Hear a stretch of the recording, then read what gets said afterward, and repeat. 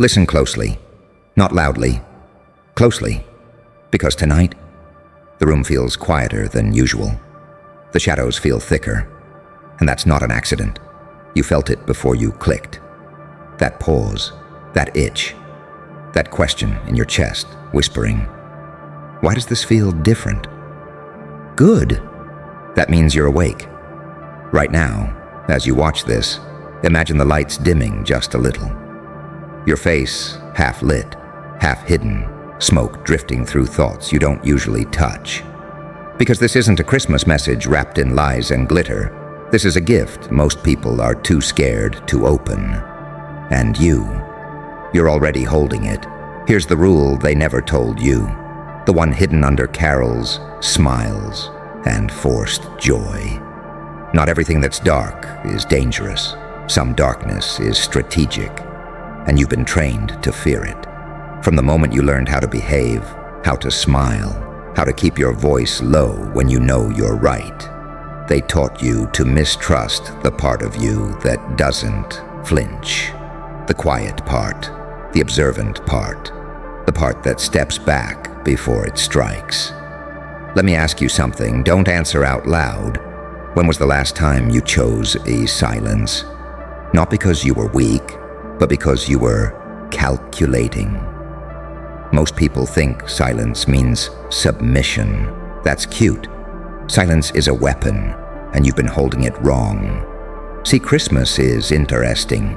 Everyone's loud, everyone's emotional, everyone's distracted, which means nobody's paying attention.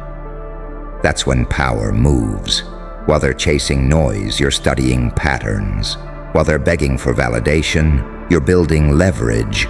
While they're explaining themselves, you're watching who talks too much when they're nervous.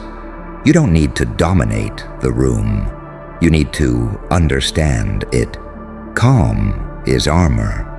And you've been walking around unprotected, thinking rage was strength and volume was confidence. No. Rage leaks information. Noise reveals insecurity. The real ones, they move quiet. They smile when others panic. They slow down when the world speeds up. Because the beast always steps back before precision. Here's the dark truth wrapped inside this gift. You don't lose because you're not good enough. You lose because you show your hand too early. You react, you explain, you defend. You try to be understood by people who never planned to understand you. That's not morality, that's inefficiency. Strategic darkness isn't cruelty, it's control. It's knowing when to speak and when to let the silence choke the room. It's choosing patience not because you're scared, but because timing turns ordinary moves into unforgettable ones. Think about it. Every time you stayed calm while others spiraled, you felt it. That strange sense of power. That internal click where you realized, oh, I'm not like them. That's the gift. Not chaos, not anger, not destruction, clarity. You don't need to announce your growth. You don't need to prove your intelligence. You don't need to expose your plans to feel important. Mystery multiplies power. The world respects what it can't predict. That's why the calm one in the room always feels dangerous. That's why the quiet smile makes people nervous. That's why restraint feels heavier than rage. And here's where it peaks. Listen carefully. Transformation doesn't come from becoming louder. It comes from becoming unreadable, from mastering the pause, from letting people underestimate you while you map every exit, from letting them think they've won right before reality corrects them. Not with noise, with precision. So here's your Christmas rule, your mindset shift, your principle wrapped, unpolished, real. Rule, stop reacting, start observing. Mindset, darkness isn't evil, it's strategic restraint. Principle, the most dangerous move is calm patience, paired with perfect timing. You don't need to scare the world, you need to outthink it. And if this gift felt uncomfortable, if it made you sit a little straighter, if it made you quieter instead of louder, good. That means it fits. Merry Christmas, hermano. Some gifts don't shine, they sharpen. They're gonna tell you this next part is too cold, that it's not healthy, that it's not the Christmas spirit. Of course they will, because the moment you stop needing approval, you become uncontrollable. Here's what happens after you accept the gift. You start noticing how predictable people are, how their smiles have conditions, how their kindness evaporates the second it costs them something. You see it at the table. You hear it in the jokes that cut just a little too sharp. You feel it when someone praises you, but only as long as you stay smaller than them. And right there, right in that moment, you get a choice.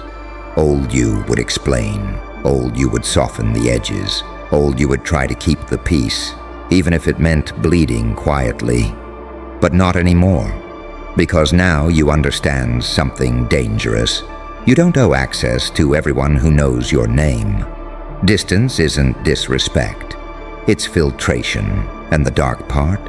You don't announce it when you change. You let them figure it out late. You let them feel the shift when your reactions disappear, when their bait stops working, when their words echo and hit nothing. That silence again. Silence is a weapon, and the moment you stop filling it with explanations, people start revealing themselves just to escape it. Watch closely. The insecure will get louder. The manipulators will get emotional. The fake supportive ones will suddenly feel confused by you. Good. Confusion is proof you've stepped out of the role they wrote for you. See, dominance isn't about intimidation. It's about unpredictability. When people can't read you, they can't control you.